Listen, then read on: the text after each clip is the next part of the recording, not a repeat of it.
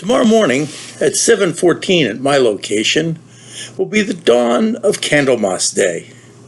Now, for most people, the day is better known as Groundhog Day. But maybe you didn't know that the legend of the groundhog has its roots in an old ditty about Candlemas Day.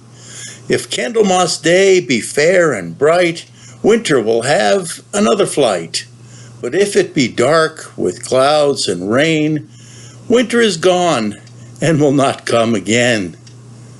Of course, if the day dawns fair and bright, groundhog will see his shadow, and thus the legend is born. Meteorologically speaking, February 2nd is a somewhat important day. We're at the midpoint between the winter solstice, just a little over 6 weeks ago, and the spring equinox, just a little over 6 weeks from now. We can sense the coming return of spring. Days are noticeably getting longer. Light is returning. In my yard, the daffodils are poking through the soil. Robins are searching the ground for worms. We are halfway through winter.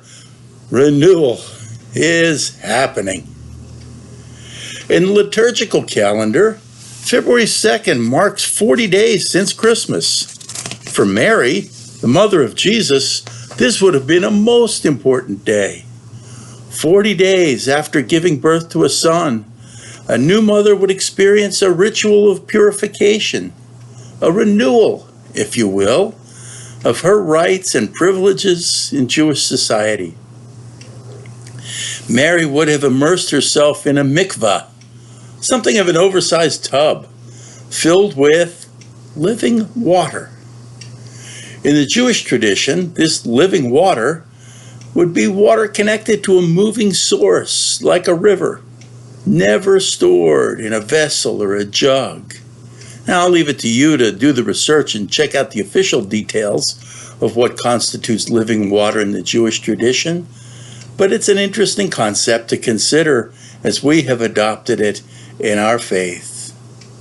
Now, even in modern times, a mikvah is constructed to be connected to such a source of water.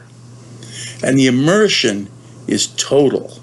Nothing coming between the body and the water. No clothing, no jewelry. In modern times, it goes so far as no nail polish or makeup. In fact, not even hair braids, lest any strand of hair miss out on its contact with the living water. Mary's experience likely went something like this. She enters the mikvah, takes a deep breath, and immerses herself totally, remaining under the water. Stands, takes a deep breath, and says a traditional blessing. Baruch atah Adonai Eloheinu melech ha'olam asher kitshanu b'mitzvotaf v'tzivanu al ha'tzivilah. Blessed are you, eternal God, ruler of the universe, who sanctifies us through mitzvot and has enjoined us concerning immersion. A second immersion, a second deep breath, a second blessing. Baruch atah Adonai Eloheinu melech ha'olam, shehekeanu v'ki manu v'higyanu latzman hazeh. Blessed is the Eternal, the God of all creation, who has blessed me with life, sustained me, and enabled me to reach this moment. There's a traditional sacrifice that could be brought at the time of purification after childbirth. 2 turtle doves. Yeah, the song's probably going through your head too, right? This morning's scripture from Isaiah 57:15 reads, "Thus says the high and lofty one who inhabits eternity, whose name is holy. I dwell in the high and holy place, and also with those who are contrite and humble in spirit, to revive the spirit of the humble and to revive the heart of the contrite.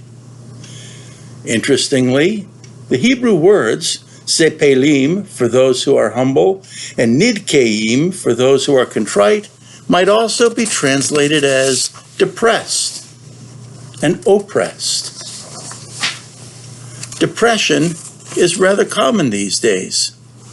After almost a year of isolation from pandemic, after lost lives, lost jobs, lost opportunities, and lost relationships, it is not surprising that we're feeling, lost. How comforting that God would choose to dwell with us to revive our spirits, to breathe ruach within us, to renew us.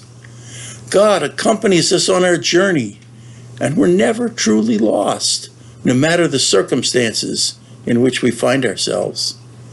We could be moved to recite that second blessing that Mary would have said.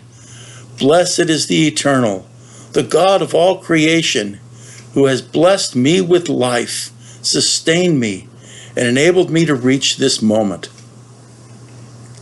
The last year has also starkly exposed the ugly side of oppression. The sins of racism, sexism, and harassment of individuals who differ from the majority in any way have been brought to the forefront, sometimes in violent ways.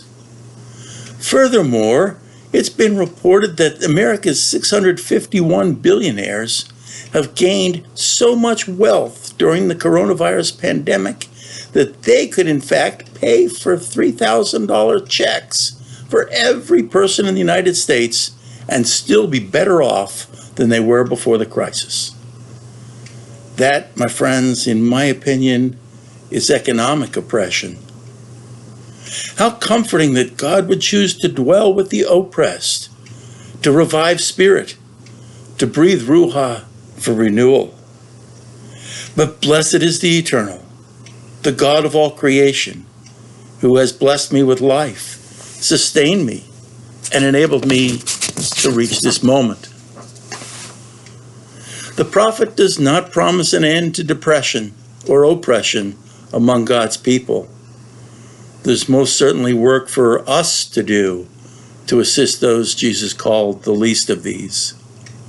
But the renewal of the Spirit is real.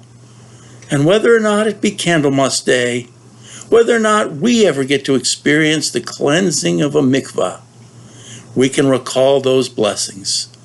God dwelling with us renews our spirit and helps our day to dawn fair and bright. Blessed is the Eternal, the God of all creation, who has blessed me with life, sustained me, and enabled me to reach this moment.